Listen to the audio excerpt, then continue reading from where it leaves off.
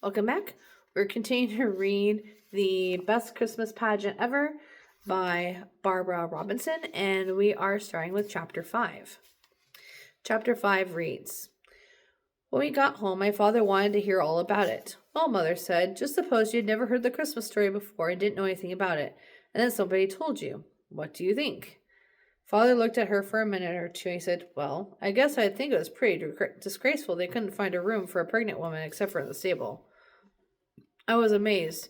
It just didn't seem natural for my father to be on the same side as the herdmans. But then again, it didn't seem natural for the herdmans to be on the right side of the thing.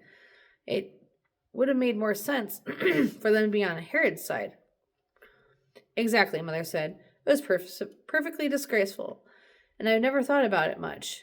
You hear about the nice warm stable, animals breathing, and the sweet-smelling hay, but that doesn't change the fact they put Mary in a barn.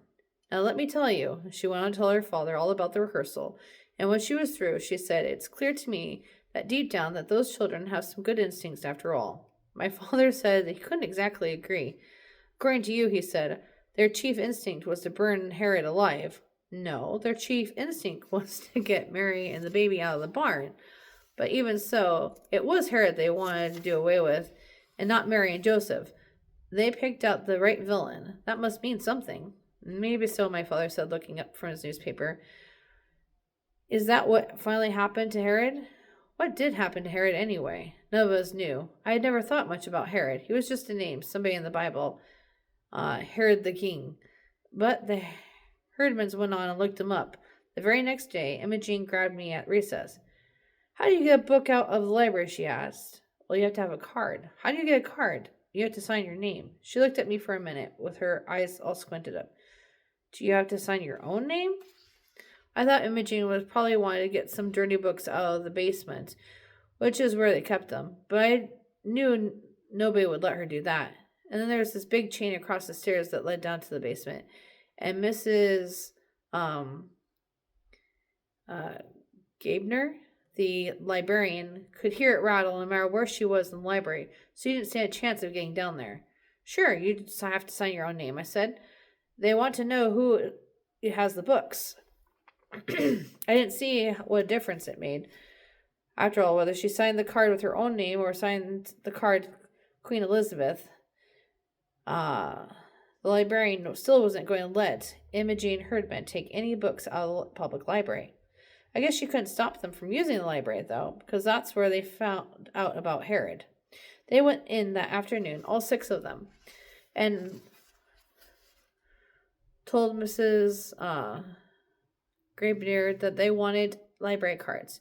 Usually when anyone tells her that they want the library cards, librarian gets this very big happy smile on her face and said, Good, we want all our boys and girls to have library cards. But she didn't say that about the herdmans.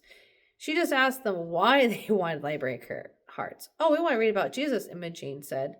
Not Jesus, Ralph said. The king who was out to get Jesus, Herod. Later on, Mrs. Grabner told my mother that she had been a librarian for 38 years and loved every minute of it because every day she brought something new and different. But now, she says, I might as well retire. When Imogene came in and told me she wanted to read about Jesus, I thought I had heard everything there was to hear. The next rehearsal, Mother started again to separate everyone into angels and shepherds and guests in the inn, but she didn't get very far. The herdmans wanted to rewrite their whole pageant and hang Herod for a finish. They couldn't stand it. He died in bed of old age. It wasn't just Jesus he was after, Rolf said. He killed all kinds of people. He even killed his own wife, Leroy said. And nothing happened to him, Imogene grumbled. Well, he died, didn't he? Someone asked. Well, maybe he died a horrible death. What did he die of? Rolf shrugged. It doesn't say. Flu, I guess. They were so mad about it that I thought they would quit the pageant. But they didn't. Not when or ever. And all the people who kept hoping that the Hermans would get bored and leave were out of luck. They showed up at the rehearsals right on time and did just as they were supposed to do. But they were the herdmen still, and there was at least one person who didn't forget that for a minute. One day I saw Alice walking writing something down on a little pad of paper and was trying to hide it with her other hand. It's none of your business, she said. It wasn't any of my business, but it wasn't any of Alice's either. What she wrote down was Gladys Herdman drinks Canadian wine. It isn't wine, I said. It's grape juice. I don't care what it is, she drinks it. And I've seen her 3 times with her mouth all purple. They steal crayons from the Sunday school cupboards, too. And if you shake the happy birthday bank in the kindergarten room, it doesn't make a single sound, because they stole all the pennies out of it. I was amazed at Alice. I didn't think to go and shake the happy birthday bank. And every time you go into the girls' room, she said, the whole air is blue, and Imogene Herdman's in there in the Mary costume smoking cigars. Alice wrote all these things down, and how many times each of these things happened. I don't know why, unless it made her feel good to see in black and white just how awful they were. Since none of the Herdmans had ever gone to church or Sunday school or read the Bible or anything, they didn't know how things were supposed to be. Imogene, for instance, didn't know that Mary was supposed to be acted out in a certain way, a sort of quiet, dreamy, and out of this world. The way Imogene did it, Mary was a lot like Mrs. Santoro at the pizza parlor. Mrs. Santoro was a big fat lady with a little skinny husband and 9 children, and she yells and hollers and hugs her children and slaps them around. That's how Imogene's Mary was, loud and bossy. Get away from the baby, she yelled at Rolf, who was Joseph, and she made the wise men keep their distance. The wise men want to honor the Christ child, Mother explained about the 10th time. They don't mean to harm him, for heaven's sake.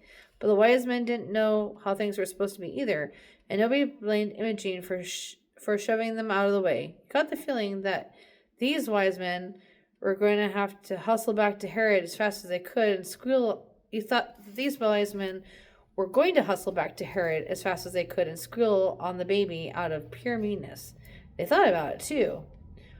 Well, what if we don't go home another way? Leroy demanded. Leroy was Multisore. If we go back to the king, went back to the king and told him the baby where he was and all, he'd murder Jesus, Ralph said. Old Herod would murder him.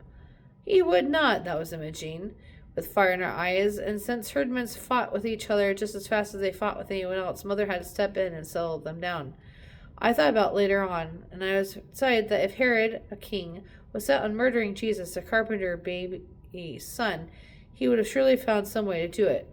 So when Leroy said, what if we go back and tell him the baby, it gave you something to think about. No Jesus ever. I didn't think anyone or anyone else got this flash. Alice, for one, didn't. I didn't think it was very nice to talk about the baby Jesus being murdered, she said, stitching her lips together and looking sour. That was one more thing to write down on her pad of paper, and one more thing to tell her mother about the Herdmans. Besides the fact that they swore and smoked and stole and all.